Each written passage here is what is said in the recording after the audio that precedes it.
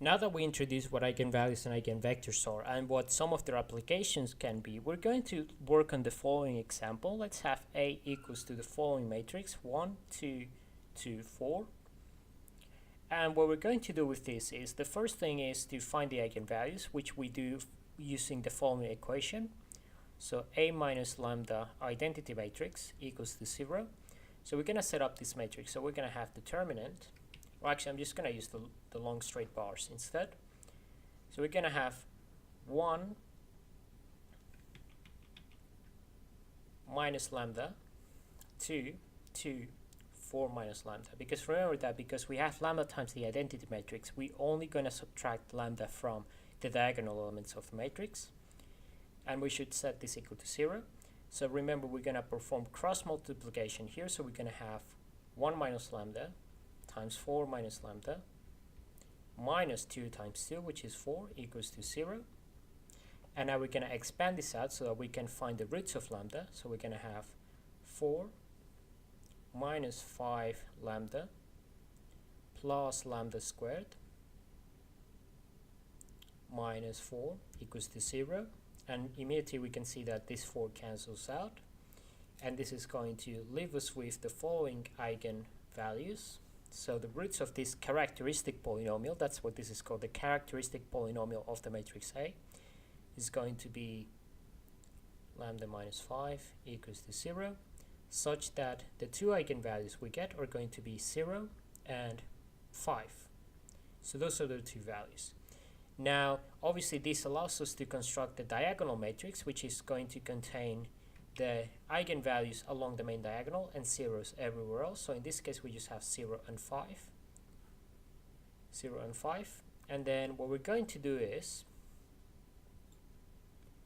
we're going to find the eigenvectors using each of these. So we're going to get our first eigenvalue, which is 0. And remember, we're going to apply the following formula times eigenvector 1 equals to 0, which is the same as saying we had 1 minus 0, 2, 2, 4 minus 0. And this is just an augmented matrix. So remember, we're trying to find the values v1 and v2 that correspond to the eigenvector 1. So we're going to have this augmented matrix, and now what we're going to do is we're going to try and eliminate the rows below. So we want to have pivot or leading elements along the diagonal here. So we want to have a 1 leading here. So in order to do that, we're going to do some row reduction techniques as we have done in the past. So let me just erase this. So the operation we can perform here is we have this 1, 2, 2, 4. We can subtract row 1 from row 2. So we're going to have minus 2 times row 1. So we're going to multiply row 1 by 2, then subtract that from, subtract this from that. And that's going to give us 1, 2, 0, 0. And then we're going to have 0, 0 here.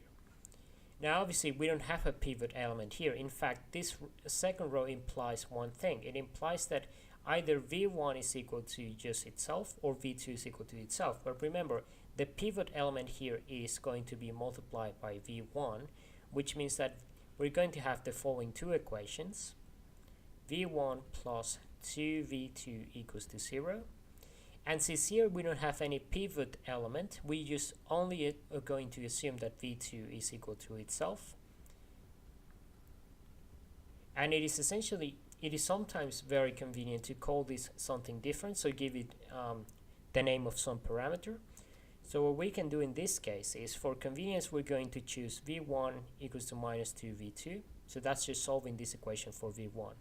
And we're going to choose v2 equals to some element minus s. So this is just some parameter. It can be any constant. And that way, when we multiply it by this is just going to be 2s. So hopefully you can see where this is going, because that means our eigenvector 1 is going to be equal to 2 and minus 1 times s, which is just a random parameter. So for any value of s that we choose, we're just going to multiply with this vector, and that's essentially going to be a possible value for the eigenvector. because in this system we have an infinite number of solutions, and that infinite number of solutions is given by that parameter s, as we have found before when we did some row reduction for solving systems of simultaneous linear equations. But in this case, what we care about is we care about this particular element here. We care about the column vector here, which is that in its simplest form, we want to always have integer values in it. So we want to reduce this so much that we have only integer values in here. We don't want any fractions or any decimal points. And if we can somehow rearrange this such that we just have integer values, then that's the best thing we can do to have that eigenvector. That simplifies things a lot. Now, to find the second eigenvector, we're going to take the second value, or the second eigenvalue, which is 5, and we're going to perform the same technique, same equation as before. So let me get rid of this.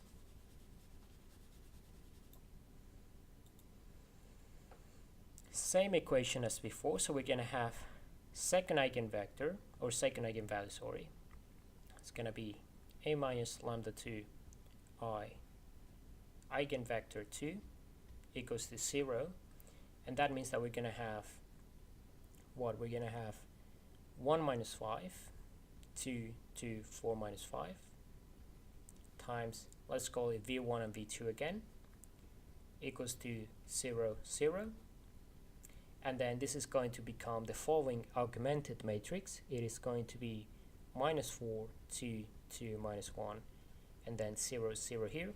Once again, we want to have a leading element at the top, so what we can do is we can divide this by 2 and then add it to the bottom. So we're going to have R2 is R2 plus, so I'm just going to use this notation just to say R2 is now becoming this, so R2 plus 2 times R1. So if multiply, or sorry, it should be half of that, right? It should be half of R1 because we want this to go to 0 here.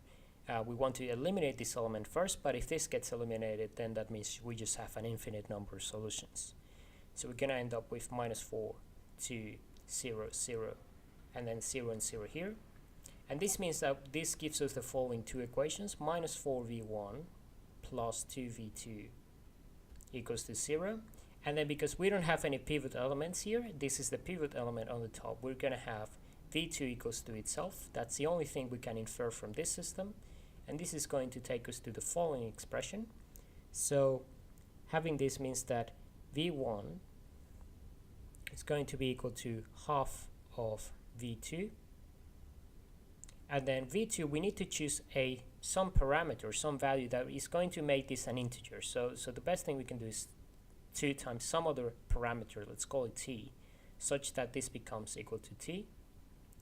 And that essentially means that we're going to have the following eigenvector.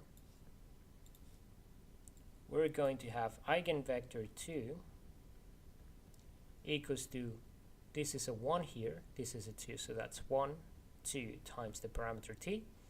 So now that we have both eigenvectors, we can construct a matrix P, which is going to be eigenvector 1 here and eigenvector 2. So remember, we need to arrange it in the same order as we put the eigenvalues on the matrix T. So we started with lambda 1, that's eigenvector 1 here, and eigenvector 2 on the second column. So it doesn't matter which value of eigenvalue we choose, but we need to make sure that eigenvalues are always lining up on the same column. So if we choose 0 for this one here, then we need to make sure that the eigenvector in the first column on P is the one that corresponds to that eigenvalue equals to 0.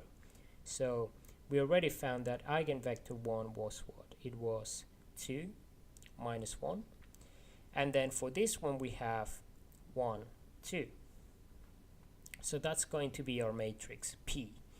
And we have now found both eigenvalues and eigenvectors, so we can perform some operations with this particular matrix. So having A, we can perform operations like a to the power of 100. And we're going to do this in the next video because I would like to expand a little bit more on what we can do with that and do some more examples. So we'll continue this on the next video.